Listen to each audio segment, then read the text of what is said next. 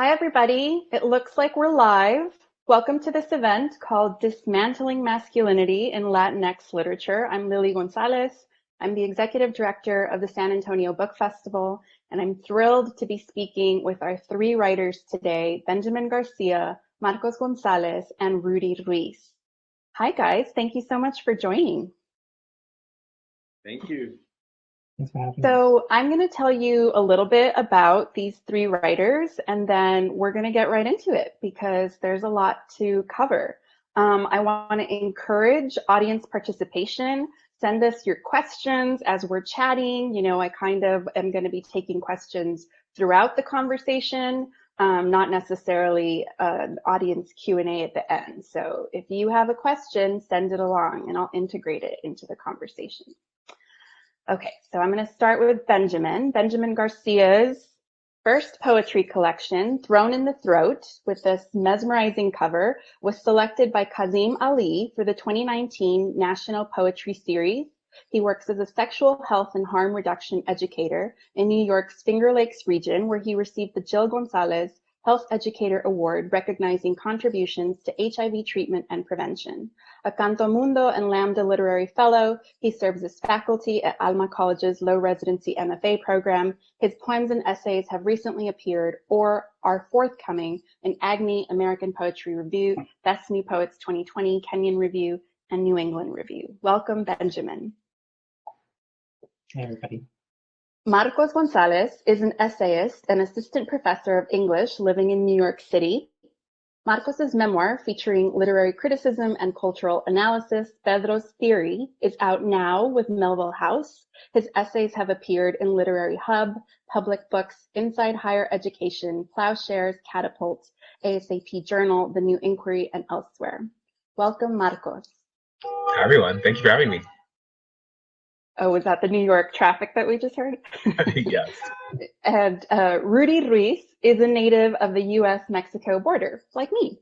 His short fiction has garnered several notable awards, including 4 International Latino Book Awards for his short story collection, 7 for the Revolution, and the 2017 Gulf Coast Prize in Fiction. His stories have been published in the Notre Dame Review, Ninth Letter, Gulf Coast, and New Texas. He earned his bachelor's and master's degrees at some place called Harvard, I don't know. And he now resides here in San Antonio with his wife and children. The Resurrection of Fulgencio Ramirez is his debut novel. This cover is so badass. Welcome, Rudy. So I really, want to hear from the writers, but I think that it's important that I give some context to this panel because I'm very aware that the panel is called Dismantling Masculinity, and I am not a man. I am not a cat. I'm not a man. I've, been told my whole life that I think like a man and I behave like a man, but I am by no means an expert on the subject of masculinity. But what I am is a reader. And like many of you in the audience, I'm sure, I have been devouring literature by Latinx writers my whole adult life. That's my canon, right? And so I've been really gratified in recent years to see that there's more books being published by Latino writers that depict what I'm describing, maybe not very articulately, as an evolving, more modern concept of masculinity, right? That embraces different gender identities, different sexual orientations, that's essentially, keeping up with our times and working actively against these older notions of what it means to be masculine.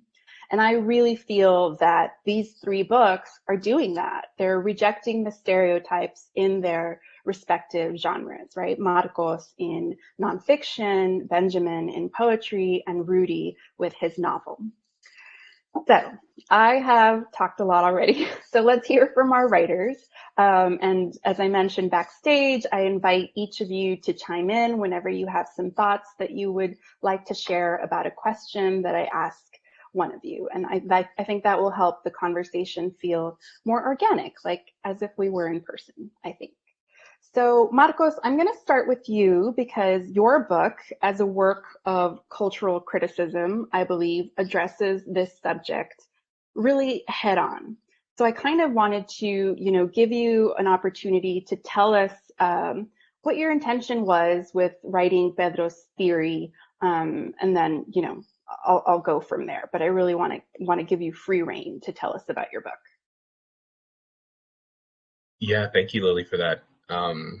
Great encapsulation of like how we can think about masculinity and how it operates and what we can do with it, right? Like today. And I think the way you kind of framed it is, I think a lot of the questions that I was having with my book and what went into developing it and trying to figure out what exactly I'm trying to do by writing a book about my childhood, about being raised in a Puerto Rican and Mexican neighborhood, right, in a small white town, like in farmland country in New Jersey, right? And so it was this, how do you put questions of migration that kind of shaped the world I was living in, about, you know, the kind of racism that I and my family was experiencing in this town, but also like the ways in which masculinity was running through these communities, right? And the ways in which for a queer child, a queer Latinx child, right, who was very effeminate femme, and like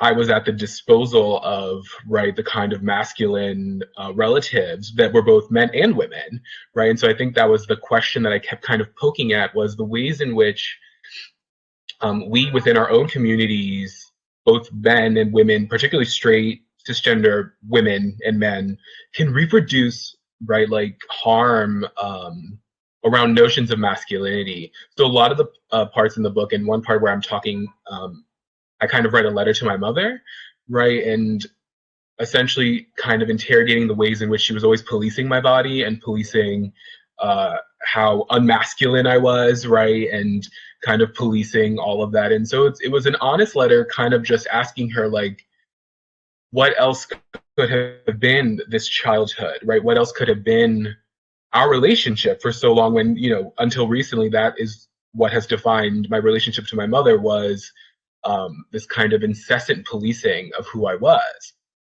And so a lot of the book is trying to figure out, right, how do I ask these questions of my family, of my community, of myself, right, and of how do we interrogate what it means to be properly masculine, properly feminine, right? Because if you are a feminine, gendered male body, right, like there's consequences that come with that. And if you occupy that and continue to occupy that, right, which I do, so I think those were the kind of questions I was thinking about with this book, and trying to figure out, right, how do I write a different narrative for that child, and how do I create a kind of livable space for myself with my family, with the partners that I live with, right, my friends. So it's about really creating worlds that are hospitable and open to differences of gender and of how masculinity moves, Jim. Yeah. No, that makes perfect sense. Thank you. I wanted to be sure that this book was described accurately for the audience. So I knew I wanted to give you the liberty to do that. And I'm very cognizant of the fact that, you know, our individual relationships to masculinity, they rely on our relationships to the male figures that we all had in our lives growing up, right? So and this is, you know, where I invite Rudy and Benjamin to chime in. But so Marcos, for you, like, your father is Mexican, your mother Puerto Rican. And so I'm really curious as to like how your relationship to masculinity was impacted by your own metaphorical erasure of your father. And I know that you did it to cope and survive your environment, which by all means I understand. But I'm wondering if, you know, now as an adult, you've acquired the distance to think about how that rejection of the masculine figure in your life affected your own ideas of masculinity. Yeah, that's a good question. Yeah. I think just, it was my mother, right? Like, my mother was always a very like strong, imposing, almost like very masculine figure in my life, right? She had a lot of control over my family, over kind of what happened, like over, you know, just, she had a lot of control and a lot of power. Whereas my father was not the prototypical machista like Mexican man, right? Like, my father is very soft spoken, he's very quiet, he doesn't drink, right? Like, so my dad occupies this kind of soft masculinity that I've always seen in him. And I think that's exactly what happened with what I detail in the book, right? Of the sense growing up that I associated kind of, um, I associated my dad with a kind of backwards masculinity, right? Like he's not the kind of hyper masculinity that the white students who I was going to school with, their dads, right, played baseball. Their dads went after women, right? They did all these kind of hyper masculine things. So I associated my dad's masculinity with, again, something like, you know, that's what Mexican men are like, right? They're kind of backwards. And so I think that is what went into right, this kind of complicated relationship that I had with my father that was, you know, essentially because of racism in some way, that I had this idea of who he was and who he wasn't. And so I think it took years for me to see that the kind of soft masculinity that my father occupies as a cisgender heterosexual male, right, is also kind of queer in some way, right? Like, because my dad is so unlike so many other men like him, like who occupy his world. And so it took me a long time to figure out, right, that how to value that kind of masculinity and what that kind of masculinity means for straight cisgender men, right? Why can't straight cisgender men have kind of forms of soft masculinity? What is so wrong with that? And I think that's what I look at in the book too, of the kind of masculinity my father has is so different from what I think we typically see with kind of narratives about Mexican men and Mexican communities. And that was really important for me to kind of highlight that too. Yeah. No, that was perfect. Benjamin, Rudy, you know, the male figures in your life, how did that impact your perception of masculinity growing up?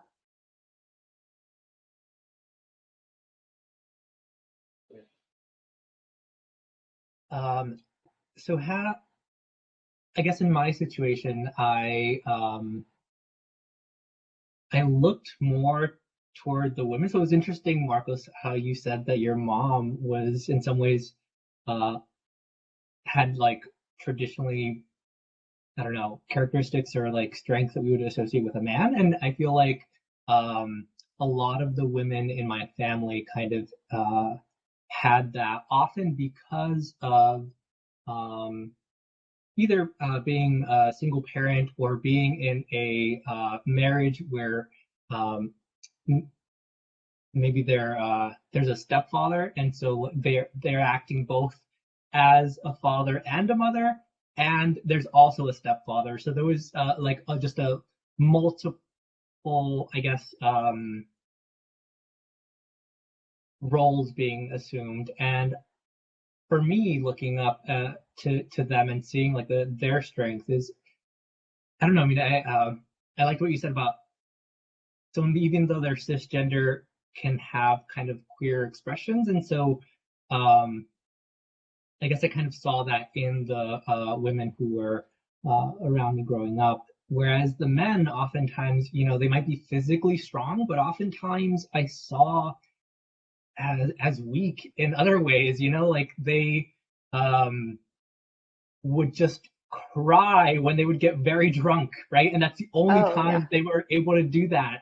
And they would just like break down or just like be overcome with rage or their emotions, like whatever. They just had no control over it, versus the women who, right, had kept the house together, like kept everything, also worked and managed. Like, I don't know how my mom kept her cool as much as she did in so many situations. And I feel like that takes a kind of strength that I didn't see in the men who were around, who, you know, again, might have been strong, went out to work and work construction or like whatever, but in, you know, so many other ways didn't have, it was a very singular kind of strength, I guess, that I saw, instead of these other characteristics that are more what I sought in terms of stability and strength and sort of navigating different situations. So that's sort of how I was influenced growing up. Yeah, that's fascinating. Really, when I listen to kind of like what both Marcos and Benjamin are saying, like, it makes me just kind of think about how those stereotypical views of Latinx, masculinity can be very harmful. It's kind of like very, very harmful when they're projected onto people who don't fit like those stereotypes. And then at the same time, like,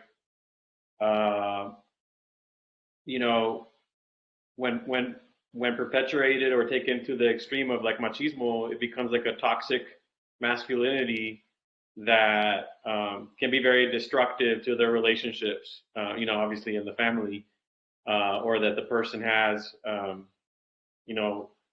with other people in their family or just with other people in their life in general. For me, like I actually grew up with a very powerful, very like classic macho father who was like very, very extreme, but it was to the point of like how I could say it becomes like a toxic masculinity, because I could see that the suffering that caused for my mother. And he was very controlling, just a classic machismo. I mean, there was a lot of good in him too, and he was really a large part of the inspiration for the character in my novel Fulgencio Ramirez. Just this classic, border Mexican man, larger than life, who could sing all the old traditional Mexican songs, and everyone loved to be around him. But then at the same time, my mom would say that there's this dicho about like luz en la calle or sol en la calle, sombra en la casa, or oscuridad en la casa. Oh, I've never heard that. That's beautiful. Yeah, very interesting. And that's kind of how she felt about him, that like in public, like he'd put on that larger than life macho persona and everybody loved him and sing the songs and all that stuff, But then there was a darkness, that there's like the flip side of the machismo, which is a very dark, brooding, filled with the jealousy and rage. And, a lot of it, for me, I was more of I didn't fit that mold growing up, nor do I think I fit that mold now. I think when they hear what like Marcos was talking about a softer, more gentle type of view of masculinity, was just more what was natural for me. And so it was very intimidating to grow up, I think, in the shadow of that kind of machismo. But I spent a lot of time, I think, working on this book, like just exploring, trying to deconstruct it, kind of like, that's why I love the title of your session, Lily. I think I spent a lot of time writing the book was like therapy, trying to understand this character that based on my father, and in the process trying to better figure out if I could better understand my own father, in the process. And at the same time, the book is kind of a magical realism, fantasy. So I tried to imagine, gosh, what could my dad's life been like if he could have overcome that machismo?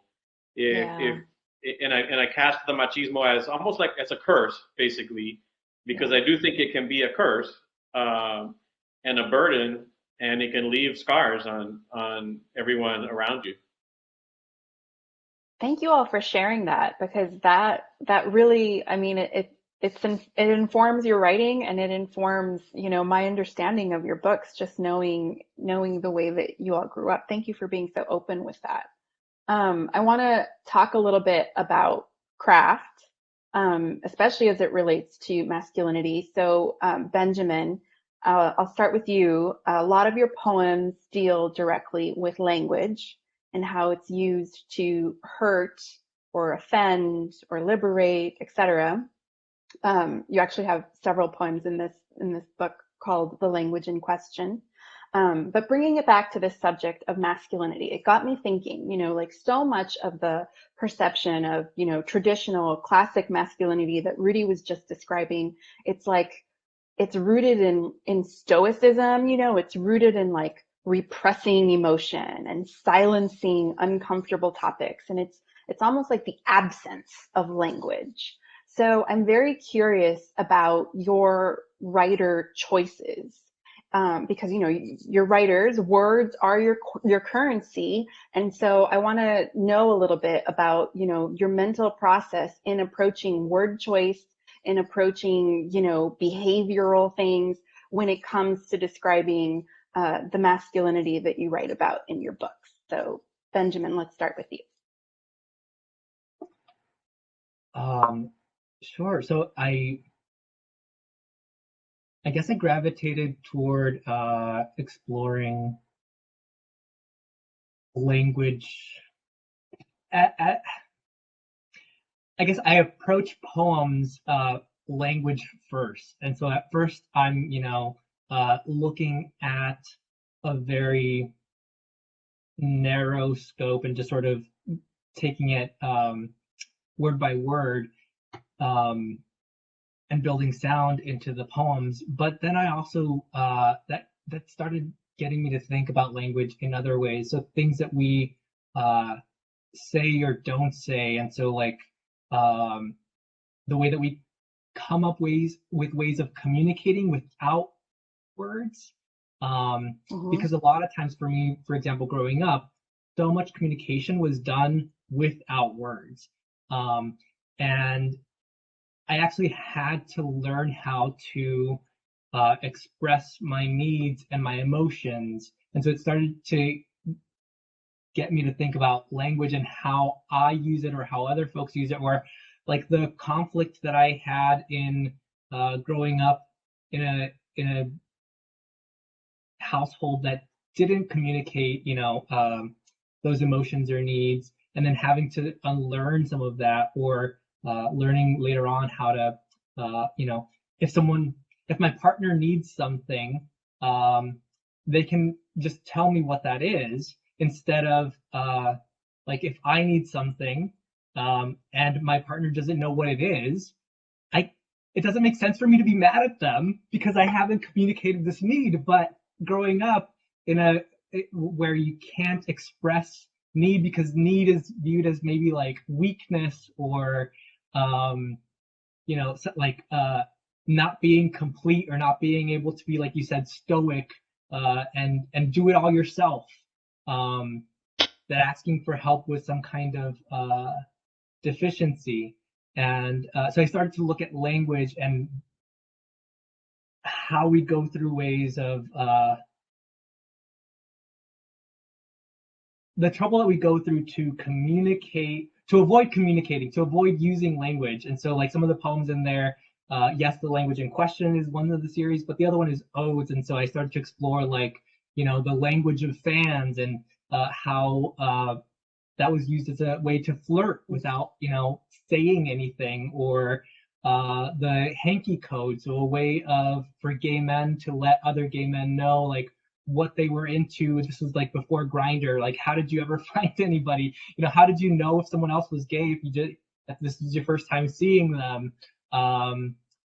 Or not only are they gay, but like, are you even compatible? Are they into the same things you are? And so, but that we made a whole, way of communicating that without using words, and that there are so many other languages that we created that don't use words. And so I guess I was interested in that, and I explored that because it was so important in unpacking masculinity for me. Rudy, Marcos, do you have anything to add on the subject of your choices when writing about masculinity, your word choices specifically? Yeah, for me, when I was writing the resurrection of Fulgencio Ramirez, the Spanish language sort of was a big influence in the book. It's very bilingual, and I mean, part of it was I felt that really the character's journey is a lot wrapped up in this curse of the machismo that haunts the men in his family. I wanted it. For me, I guess I felt like growing up, I felt like Spanish. I grew up in a very bilingual household, and I felt like Spanish was the language of love, but it was also like the language of this macho spirit, you know. And oftentimes when someone like the character who inspired Fulgencio, my father would, I mean, if he was angry, you better believe he was going to be talking to you in Spanish. And also, if he wanted to express love, you know, he would sing those beautiful Mexican boleros that I was talking about in Spanish, or talk to you in Spanish. And so the character Fulgencio is very much like that. There's a lot of Spanish sprinkled in throughout the book, and I just felt like maybe I always tried to put it in context so that a non-Spanish speaker could kind of understand, you know, what it is that's being said. And the songs that he sings, these old traditional Mexican songs, are in the book in both English and Spanish. So that, like, there's an English translation for you know, people that don't understand the Spanish.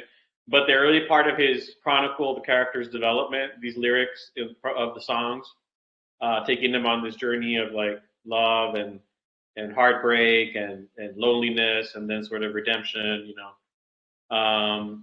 But to me, the language was really the Spanish language portions, and there's even some Nahuatl sprinkled in. Yeah.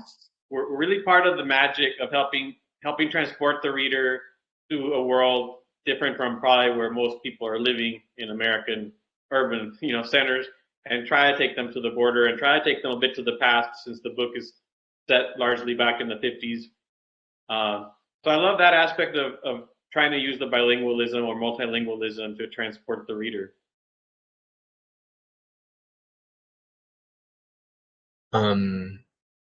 Yeah, I echo a lot. I think a lot of what everyone is saying, and I think with what Benjamin said about like language first, like it's very like, I think poets always kind of take to that, which is really interesting, of like, right, language leads you to the into what comes next. And I think I take from poets in that, right? I'm not a poet myself, but like I love how poets use language for the sound, for how it moves, right? What it does on the page. And I always try to kind of replicate that with syntax, with sentences. And I think I'm obsessed by sentences. I'm obsessed by what sentences can do, and right, how sentences can change and reorient how we think about topics, how we think about different things. Particularly, right, I think it goes back to, I grew up with people speaking in Caribbean Spanish, right, Puerto Rican Spanish, and in Mexican Spanish. And so I had to learn like two different distinct styles of people speaking, right? And it was like a kind of code switching. Like when I was with my Puerto Rican family, like they would speak a lot quicker. You know, when I was with my Mexican family, they'd speak a lot slower, right? And so there was, ever since I was really young, I was always paying attention to language, right, and to sound and how it moves. And so I think what I did was I took that, and also the other complicated aspect of the family I grew up in was one where sentences, words would be used and then immediately, right, or said to you, right, whether it's stop acting like a girl, right, or these other kinds of really loaded sentences, right, stop acting like a girl, right, you're not a girl. And I would pick it apart. I would sit there and pick apart those sentences, right, about what that meant and what these things were trying to do. And so I think that's what ultimately led me to write Pedro's theory. Was I have been obsessed with what words do and what sentences in particular. And I think it derives from trauma, but I was trying to figure out how to take away the power of certain sentences, right? Like stop acting like a girl, to interrogate it, and then to rework language into something else. And so I think for me that has always been the first approach to kind of thinking about how we can rethink masculinity, how we can rethink violence, harm, at the level of a sentence, right? And about the words we say to others, right? And why it's so important, not just for writers, but for readers, for any people, right? That we need to pay attention to what our words and what our sentences do in the world, because they matter and they have meaning. Yeah, that's very, very true. Yes. Rudy, you're up. So your novel, you know, as you mentioned, it is set in the 1950s, and that, I think, you know, affords you the opportunity to dive into this, you know, more classic machismo, as you called it. Your protagonist, Fulgencio, he is burdened with this legacy of machismo, violent decisions throughout his youth. I don't want to ruin it for the readers, but the book is called The Resurrection, and this panel is dismantling that. So there is hope for Fulgencio. I think it's important too that literature, even today, that it reflects those more traditional masculinities, because let's face it, that's still very much a reality right now in 2021. But I'm interested in hearing about your decision to, you mentioned the songs. I wanted to hear about the songs, to incorporate the songs, and to center this novel around a love story, because that's what it is, right? It's this kind of epic love story. He's in love with Carolina. So can you talk about your process behind that decision to include the songs and to make the love story the central plot? Sure. Yeah. Well, I think even though it's a fiction, novel, like I said, it was so largely inspired by stories I heard growing up from my father about his upbringing during the 50s in the Rio Grande Valley on the border, which was in Brownsville, Texas, and Matamoros, Mexico. And,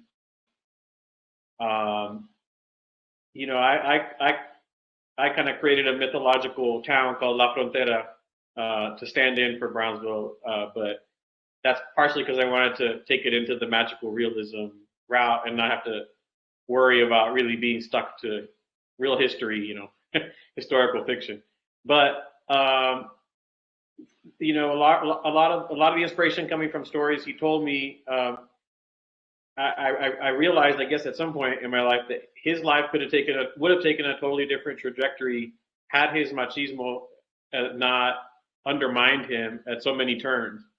So I wondered, if he had been able to overcome that, personality, it's kind of one of the strongest parts of his personality, but also the biggest flaw in his personality. So, could he have been a happier person?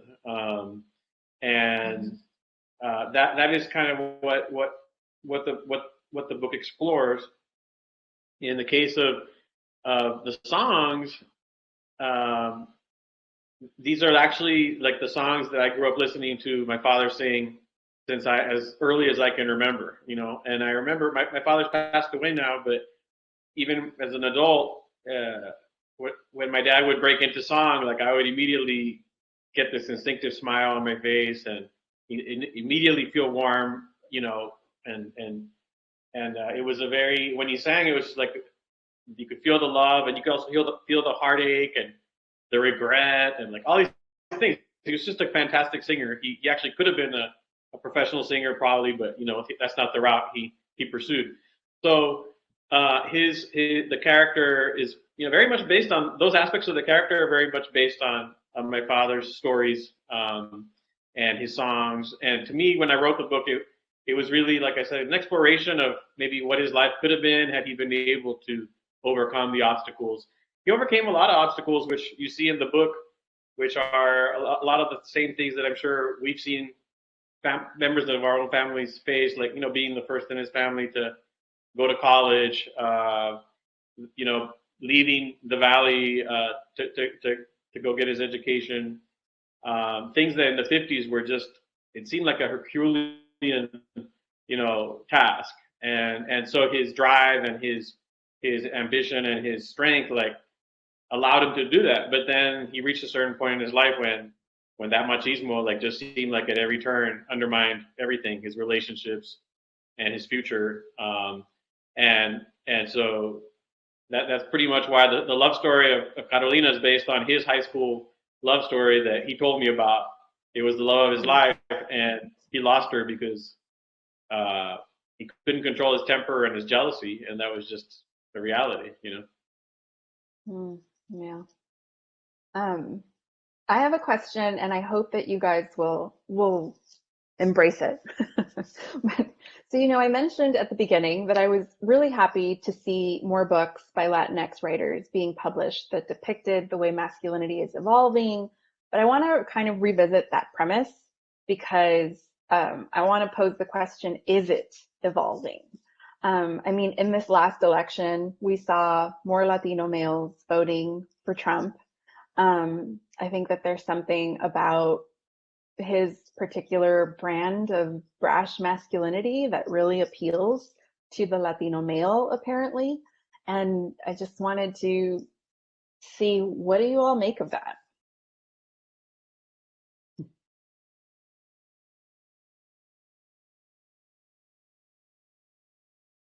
Who wants to go first?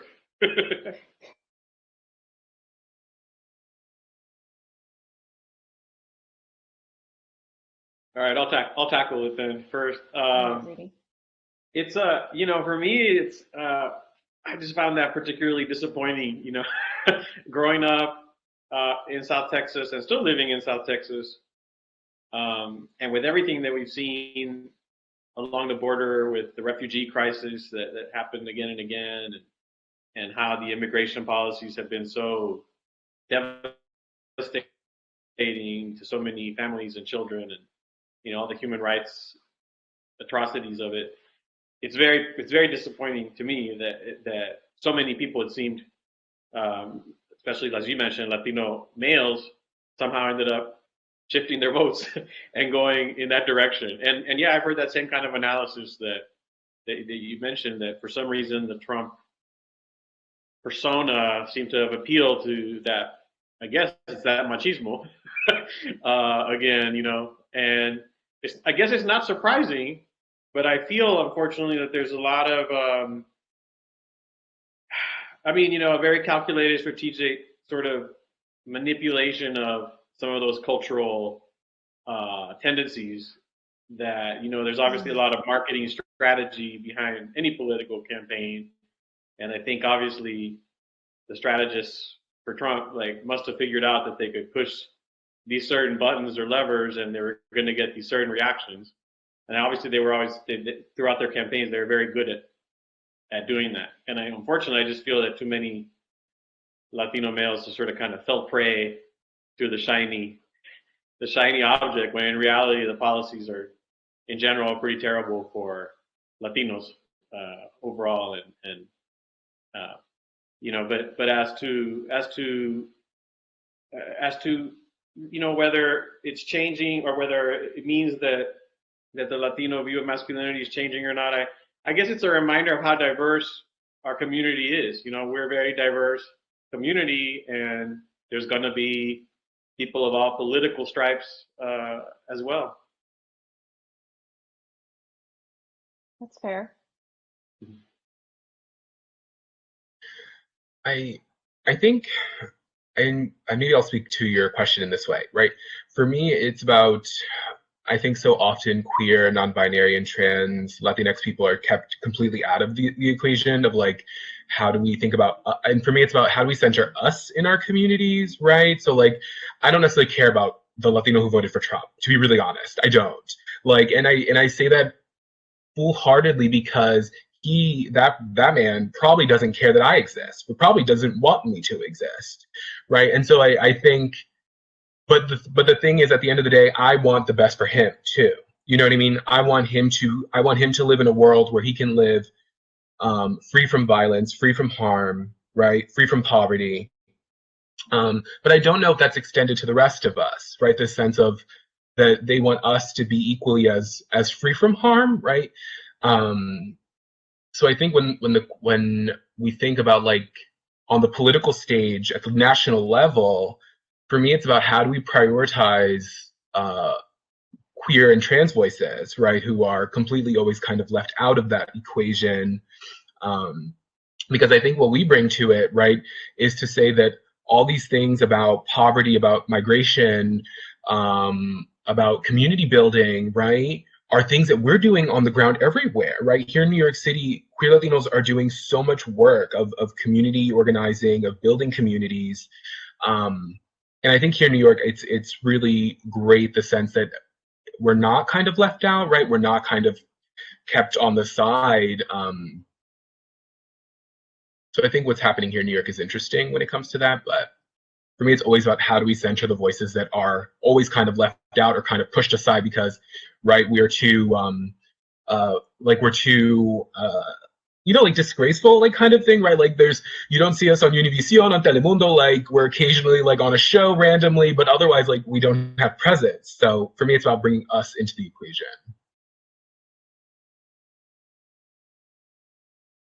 For me, I think, I guess I feel like things are changing, though it doesn't always feel like they are.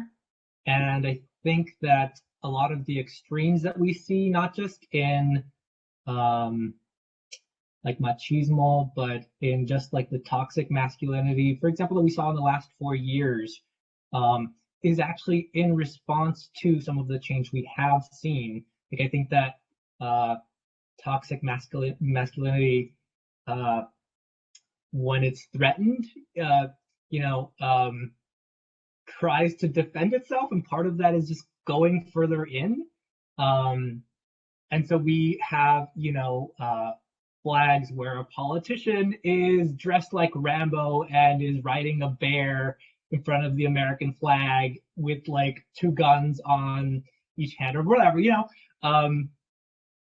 So I think that those are that extreme is in response to some of the changes that are occurring. So sometimes it feels like we're regressing.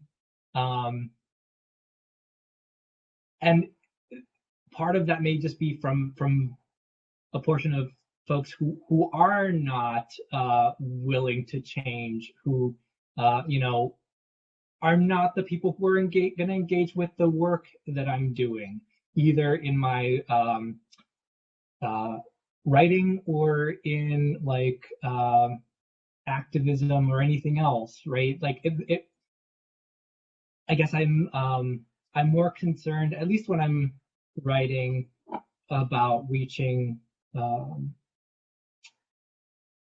community, like reaching my communities, and they're like that's much broader, and it may not reach everyone, but that's sort of more of what I'm concerned with, rather than those extreme examples of like toxic masculinity that seem insurmountable. Yeah. No, I'm glad that you all reminded me of that. I think that I do actually, Marcos, I do focus on them. I'm like, how could you have done that? So I really appreciate that you're telling me to pivot my attention on the communities that actually need your focus and your care. Déjalos. focus on this over here. It needs your kindness and your compassion. That was great. Thank you. I'm going to take some questions from the audience. We have a question from Marcos Tapia. He wants to know how you incorporate spiritual healing around issues of abuse, racism, internalized oppression, gendered violence, etc., into your writing and outside of it. If one of you wants to take it for Marcos Tapia, the person asking, not Marcos Gonzalez.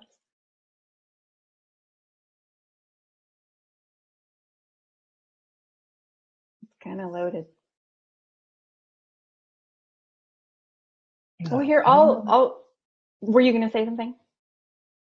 I was just going to say that I don't, at least for my writing, I try to be cautious of the healing aspect to it, because I can't promise that either to my reader or me going into my writing.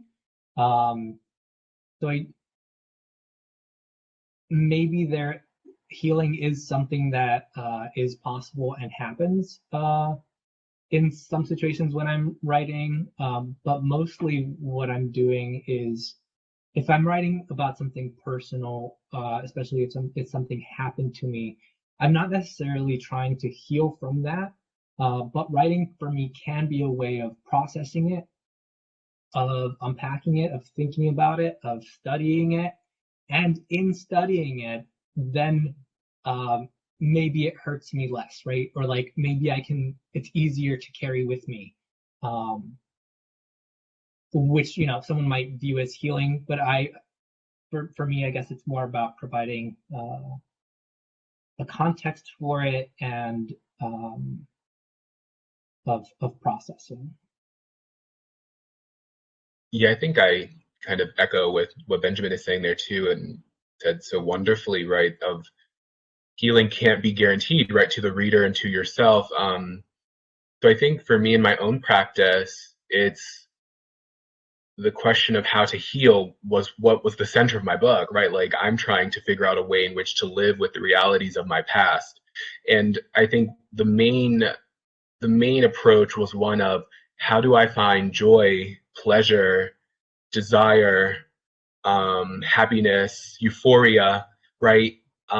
In moments of my life that were full of depression, that were full of really bad moments, and how do I recover from them, right? Other kinds of emotions, other kinds of memories that might be able to make, to give space for again, queer joy, queer pleasure, like those kinds of things. And so it's like this kind of, it's a process of like looking for these little details, right? These little bits and pieces that you can find, and it's like putting them into like a collage, right? So I think to answer the question of the other Marcos, right, is I think healing is almost like collage work, right? It's patching random things together, and it looks messy, and it probably will be messy, and that's okay, right? And I think for those of us who deal with things like gendered violence and race, like that's, and you have to still live in these worlds, right? That's what it is sometimes, is just patching things together and seeing what can come from it. Yeah, you know, for me, in the novel, it's a very spiritual journey for the protagonist, for Fulgencio. So I think in any person's journey to heal or better understand, you know, maybe what's broken inside of them, it's going to be some sort of spiritual journey. And I guess for everybody has different ways. I guess there's not one correct way to do it. But in the case of Fulgencio's journey, because of you know, as the book is called, The Resurrection of Fulgencio Ramirez. I mean, the character when the novel starts out, he's basically like he's alive, but spiritually he's sort of dead. You know, he's been just sort of waiting for something to happen in his life, waiting for the chance to redeem himself, to try to recapture Carolina Mendelssohn, this lost love, and the book chronicles sort of his journey to try to figure out, you know, what has been holding him back his whole life. What are the different things that have held him back, and how can he overcome those things? And I think what's generalizable about that is that we all, I mean, all human beings, I think if we're trying to improve ourselves or overcome things that have hurt us in the past, such as the things that the question mentions, it's going to be a lot of introspection and a lot of self-questioning and ultimately sort of, I mean, I think the healing process it can be painful because you're reopening old wounds and you're revisiting difficult things, but maybe trying to come out on the other end with more peace, you know. And Mm-hmm. I think that's an important part of my writing. Catherine asks a question that, you know, it brings up this point that I've been very careful about not conflating the traditional masculinity that we're talking about with toxic masculinity, because there's actually parts of traditional masculinity that I find appealing, like the songs that we were talking about and the singing. Like there's something about that to me that's maybe like culturally appealing. I'm not sure. I haven't fully explored all that. But so Catherine wants to know the convergence of what we think of as traditional masculinity with toxic masculinity. To what extent does living in a non-binary society require more sensitivity from men and women on this issue?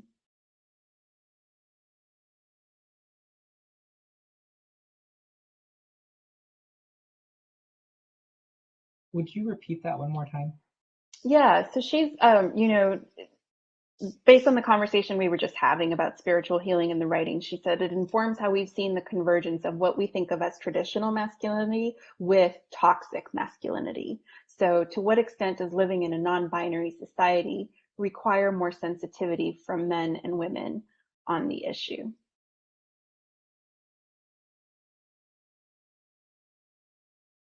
Sure. I guess I would start off by defining what I think of as toxic masculinity versus masculinity. And for me, toxic masculinity is a type of masculinity that is damaging to that person and to other people, that confines someone to specific roles. Like, you know, masculinity can exist on a spectrum. Just I can be masculine, you know, in a traditional way and also have other aspects to myself. And I think toxic masculinity is much more rigid and can be,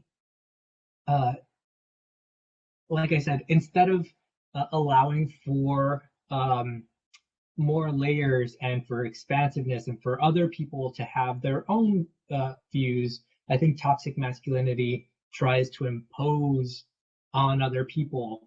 And then it also closes off, and so there's no questioning and there's no like room for exploring because it's so rigid. And so in terms of more sensitivity in a world that is non-binary, that's a good question. I mean, it's actually a really big question. I'm not sure how I would answer that, except to say that again, there's so much room for variety that that room doesn't go away. Like, you know, we can have space for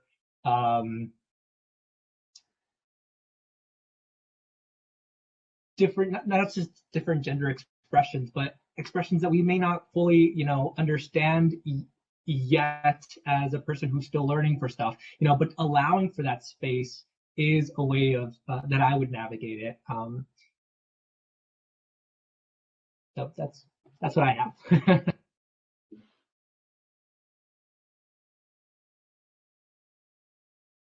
I'm being quiet because I thought it looked like you were going to say something, Marcos, so I'm waiting. Yeah, I'll just say quickly. I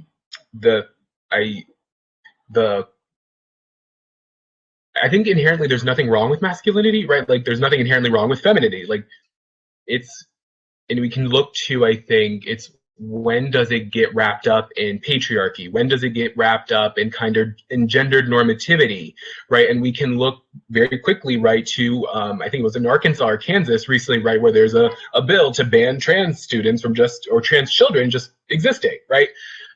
So like right there, that is gender normativity at its finest, right? It's not necessarily masculinity. So I think like it's, when does masculinity get wrapped up and coiled into expectations we place on other human beings, right? When you have an expectation of how your daughter should behave, of how your son should behave, that's when it becomes a problem, right? So it's like, how do you just get rid of expectations of how your children should be and let them be whoever they are, right? And so I think that's, for me, it's like, if they want to be masculine, let them be masculine. Don't be feminine, let them be feminine. But there's nothing inherently wrong with any of these kinds of expressions. It's just when they're policed and when they're imposed on us, you know? Yeah, makes perfect sense. I'm very interested in knowing about your literary influences. So Marcos, in your book, you talk about, you know, Pedro from Napoleon Dynamite really being the first time that you saw yourself. And I'm wondering if you have a literary comparison for that. And, you know, same question for Rudy and Benjamin. I think I go back to it all the time. I think when I read We the Animals by Justin Torres, that book opened up a world for me, a world of possibility right? Of it opened up my book for me. I write about Justin Torres' book in my book, but I think him as a writer, his attention to style and to sentences and to movement of words, coupled with representing and just honoring, right, like queer Latinx children and people, right? That was for me, it was that book. That book and his work, I think, is it opened up so much for me. Did you see the movie? You did. You talk about the movie in your book. Yeah. Oh, yes. My partner and I would quote the movie, and we would say "body heat" when we were cold.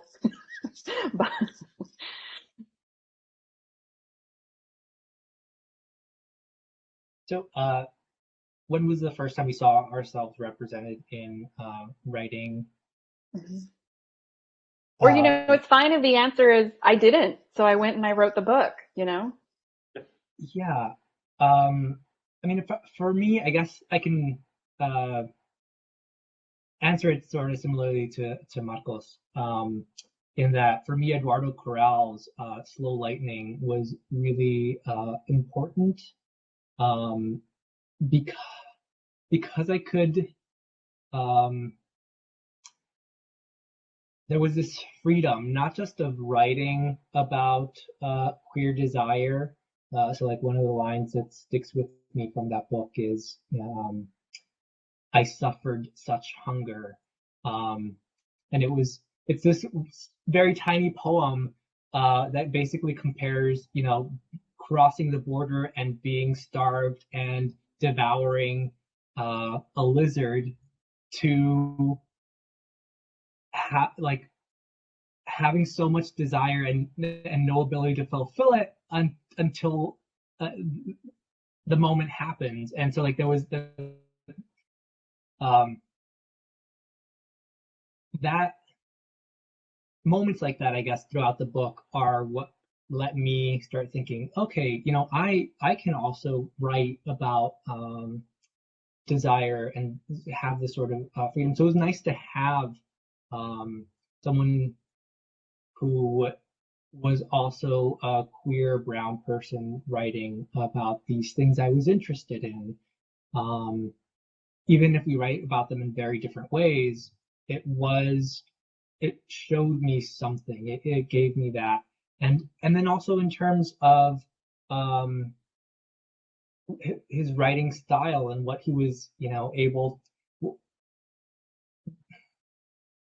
the way that he uses a page kind of also let me explore how I would use a page, and especially to have, not just because I've seen examples of other writers maybe who employ some of the similar techniques that he does, but for me it was really important to see a queer brown, specifically a Mexican poet, you know, or Mexican American poet writing about these things, and how the subject that he was writing about also interacted with the page and the way that he was expressing that. And all of that opened up avenues for me to explore what I do in my book. Yeah, you know, for me, listening to you guys talk, I wanted to kind of answer the question in a couple different ways. One way is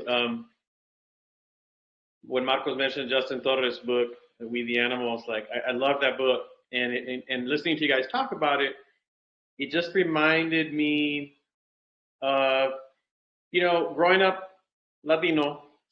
Oftentimes, I mean, probably all of us in the curriculums that we were studying and curricula that we were studying in school rarely saw ourselves represented from a cultural standpoint as Latinos, right? And then, like when you mentioned, you know, oftentimes, so there's the experience of sort of seeing yourself reflected in something you're reading for the first time is like so exciting and so dramatic.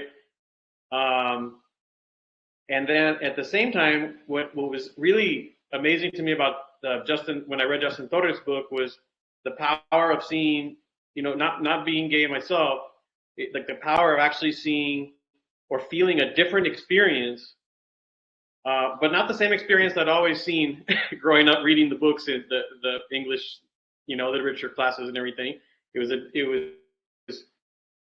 was to see, I guess I connected culturally on the Latino level, and it opened these doors for me to then have a greater empathy and like maybe a different understanding of, what it might have been like to grow up gay and Latino, and as it is in Justin's book. And I mean, for me, it was very moving. It was just very moving, and I think to me, it reminded me of the power of there's a power to write something and people seeing themselves reflected in it, and there's this other kind of power to write something that can connect people to a very different experience and increase their empathy and their own passion to advocate for the issues that are important, to that audience and to those characters reflected in the book. I mean, to me, it was awesome. For me, and it's inspiring because it makes you. It also, in that particular case of that book, like just from a craft perspective, I was so blown away. I was like, wow, I gotta take more risks in my writing. I gotta try to be more raw. I gotta bring more punch, more emotion. It was just so awesome. But prior to that, in my writing, my inspirations were, again, back to the classic magical realism, Gabriel Garcia Marquez, and like Octavio Paz, the Mexican poet. Again, like I said, I grew up reading what we probably all grew up reading. It wasn't until college when I wanted to read some stuff in Spanish that I took these romance language and literature courses and read these great Latin American authors in Spanish. And I was like, wow, like that's where I saw, like, I want to write like this. This is like the magic, the lyrical style, the romance of it, the culture. So those were kind of my inspirations in wanting to write.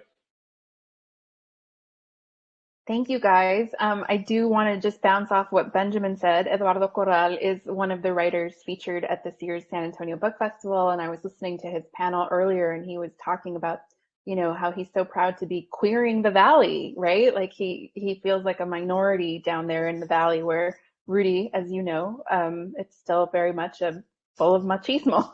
So Eduardo Coral doing the work. Thank you all for participating in this panel. We are out of time. I'm sorry we didn't get to everybody's questions. I could have talked to you guys for a whole other hour. I'm very happy for your books. I'm so happy that they exist.